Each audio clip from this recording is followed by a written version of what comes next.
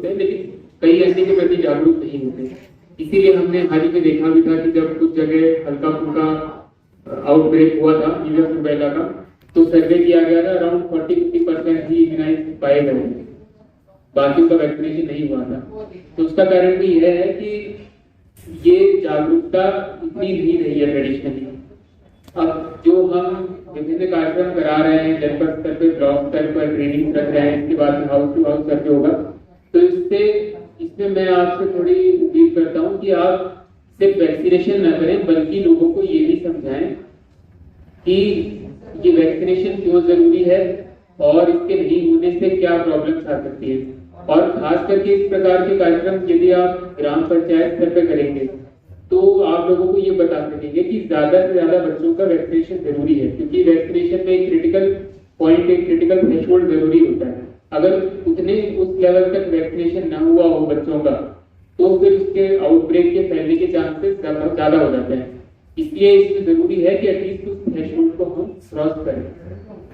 इसके अलावा वैक्सीनेशन के लो होने का एक कारण ये भी होता है कि इसके फायदे या नुकसान इमीडिएटली नहीं दिखाई देते। आप वैक्सीनेशन अगर नहीं कराएंगे बच्चों का, तो उसका नुकसान है कई सालों बाद जाके जब उनको ये बीमारी होगी तब पता चलेगा। सिमिलरली अगर वैक्सीनेशन करा भी देंगे तो उसका फायदा तो उनको हो सकता है कभी समझ में ना आए, या अगर बीमारी नहीं हुई तो उनको हो सकता है कभी समझ में नहीं आए कि वैक्सीनेशन अगर नहीं कराया होता तो इस टाइम पे बीमारी होती या फिर ये प्रॉब्लम हो सकती थी। और हेल्थ एक ऐसी चीज है, खास करके छोटे बच्चों में, स्पेशली 5 साल से कम एज ग्रुप वाले बच्चों में, कि तब अगर हम उनके हेल्थ न्यूट्रिशन का अगर ध्यान रखें तो वो अपने फिजिकल और मेंटल डेवलपमेंट को, पोटेंशियल को अचीव कर सकते हैं, और तभी वो अपने पोटेंशियल को अचीव करते हुए उनकी जो इनकम है वो भी उसी हिसाब से अफेक्ट होती है और ओवरऑल पूरे देश का डेवलपमेंट भी अफेक्ट होता है। इसलिए मेरी आपसे पुनः ये थोड़ा सा अनुरोध है, हालांकि आप सब एक्टिव भी हैं, सिंसियर भी हैं, बट कोशिश करिए कि इस बार जो नॉर्मल हमारा जितना भी जो भी इनिशिएटिव रहते थे, रूटीन जो भी काम रहता था, उससे आगे बढ़कर हम कुछ न कुछ बेहतर प्रयास करें, एक्स्ट्रा प्रयास करें कि कोई भी बच्चा इसमें छूटे नहीं। और इसमें अकेले स्वास्थ्य विभाग के काम करने से नहीं होगा, इसमें बाकी विभागों को भी अपने एफर्ट्स हैं वो कन्वर्ज करने पड़ेंगे। कार्यक्रम विभाग से भी मैं देख रहा हूँ यहाँ पर हैं, और तो डीपीओ तो मेरे ख्याल से शायद किसी मीटिंग में गए हुए, इसलिए नहीं आ पाए थे।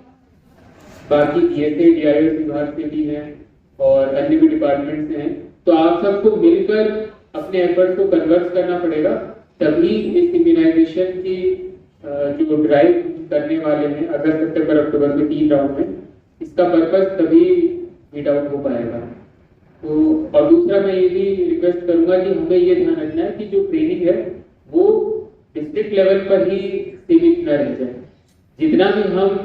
भी यहाँ पर बताया जा रहा है मास्टर ट्रेनर्स द्वारा, वो 100% लास्ट माइल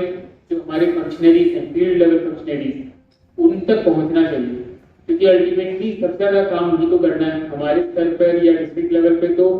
मॉनिटरिंग का काम ज्यादा है, सुपरविजन का काम ज्यादा है, एक्चुअल काम है फील्ड लेवल फंक्शनरीज को ही करना है। तो जो भी ट्रेनिंग हो रही है वो पूरी तरीके से उनके लेवल तक परकोलेट करना चाहिए, इस संबंध में हमें ध्यान देना है। बाकी मैं आप सबको इस ड्राइव के लिए शुभकामनाएं देता हूँ और उम्मीद करता हूँ कि हम पिछले वर्षों में जो हमारी परफॉर्मेंस रही है इससे कुछ न कुछ बेहतर करेंगे, ताकि जो भी बच्चे हैं हमारे जनपद के, उनके जीवन में पॉजिटिव चेंज आ सके, वो बीमारियों से दूर रहें